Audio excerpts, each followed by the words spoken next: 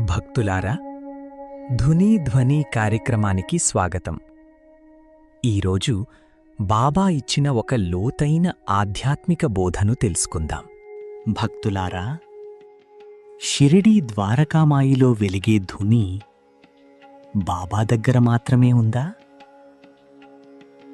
లేదా మనలో కూడా ఉందా? ఈరోజు ధుని ధ్వని కార్యక్రమంలో మన హృదయంలో వెలిగే అంతరాగ్ని రహస్యం గురించి తెలుసుకుందాం. భక్తులారా, బాబా ద్వారకామాయిలో వెలిగించిన ధుని ఒక సూచన మాత్రమే. ఆ ధుని మనకు గుర్తు చేస్తుంది, మనలో కూడా ఒక పవిత్ర అగ్ని ఉందని. దానినే అంతరాగ్ని అంటారు. ఈ అంతరాగ్ని వెలిగితే మన జీవితం మారుతుంది. అంతరాగ్ని అంటే మన అంతరాత్మలో వెలిగే జ్ఞాన అగ్ని.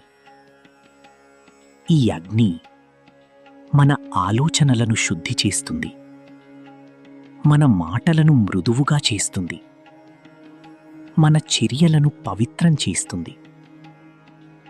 ఈ అగ్ని వెలిగితే మనస్సు ప్రశాంతంగా మారుతుంది. భక్తులారా,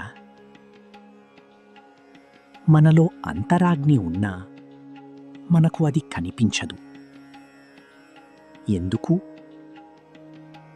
ఎందుకంటే అహంకారం, ఆందోళన, అసూయ, లోభం, ఈ భావాలు ఆ అగ్ని మీద బూడిదలా పడిపోతాయి.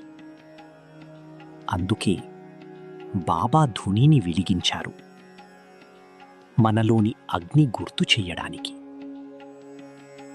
మనలోని ధుని వెలిగించడానికి 3 మార్గాలున్నాయి.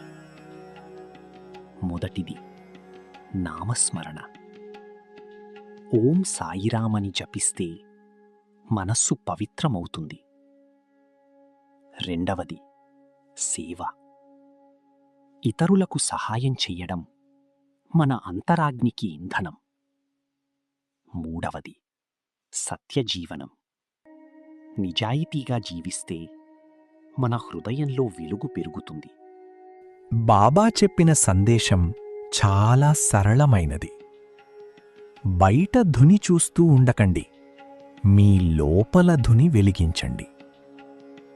మన హృదయంలో భక్తి అనే అగ్ని వెలిగితే జీవితం మారుతుంది, భయం తగ్గుతుంది, సంకటాలు తగ్గుతాయి, శాంతి పెరుగుతుంది.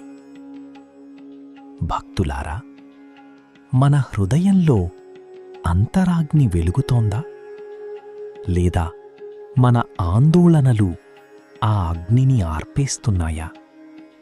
ఈ ప్రశ్నకు మనమే సమాధానం చెప్పాలి. ద్వారకామాయిలో వెలిగే ధుని మనకొక గుర్తు.